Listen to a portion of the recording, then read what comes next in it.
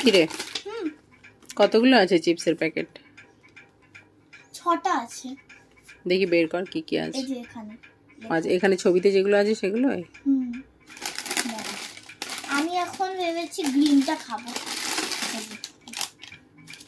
এটা কি ভুজিয়া টাইপের না? আমি কখনো খাইনি। এটা আছে এটা কুরকুরে। আর এই ইয়েলোটা আছে। লেজের মতো। এটা ওই ভুজিয়া টাইপের। রাখা দেখা না 2 3 4 5 6 এই তো 6টাই আছে। এখন কোনটা কাটবি?